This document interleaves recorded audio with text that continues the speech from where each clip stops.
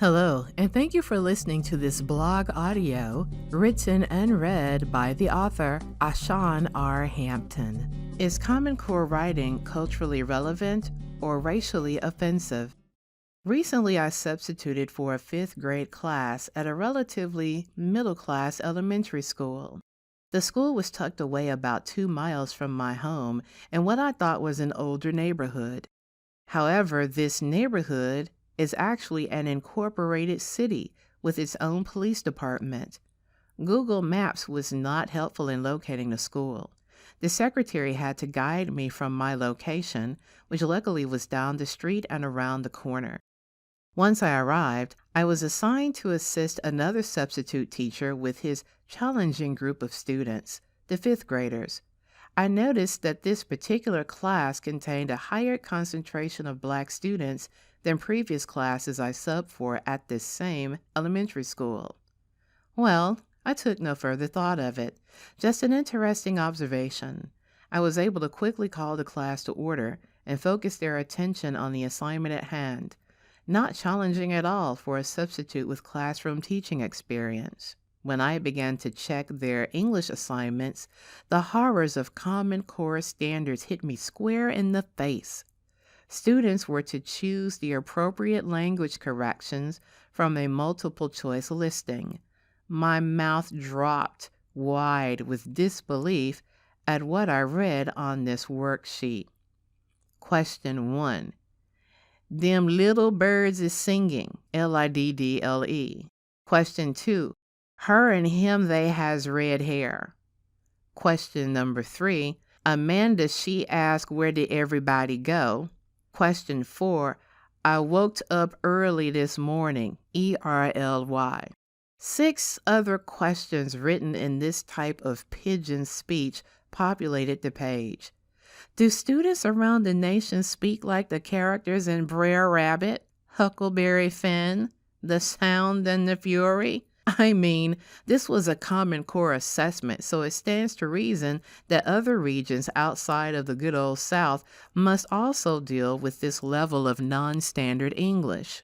Some who are uncomfortable with believing that racism and economics influence the quality of education that minority students receive might argue that the writing style does not automatically denote a black speaker, but Southerners in general.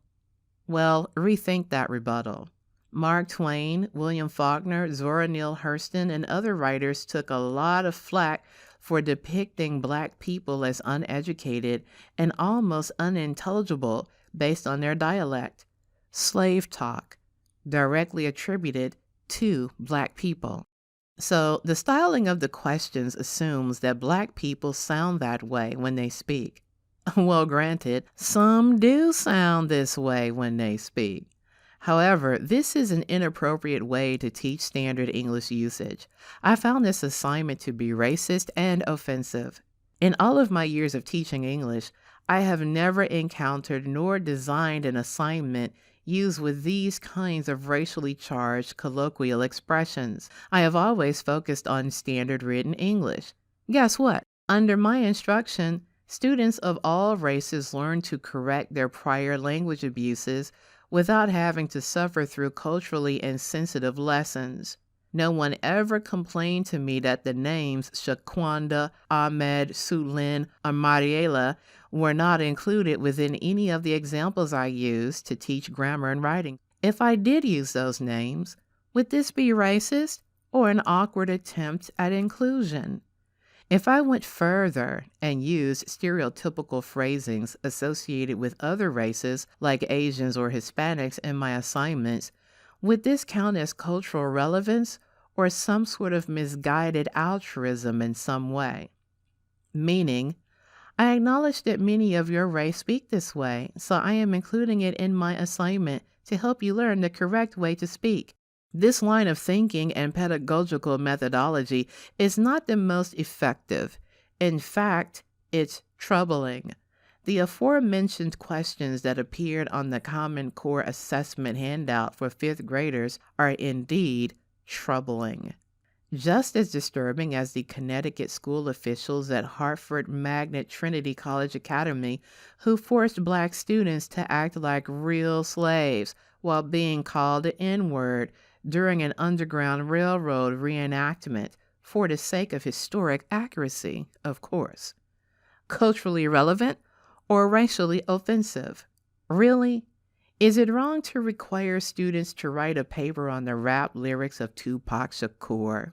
Is that not relevant to American pop culture, not just black culture? Is it racist if white kids and other minorities are subject to the same assignment? Some white kids who co-opt hip-hop culture speak this way as well. So is it not an urban issue, not necessarily a black or a racial issue?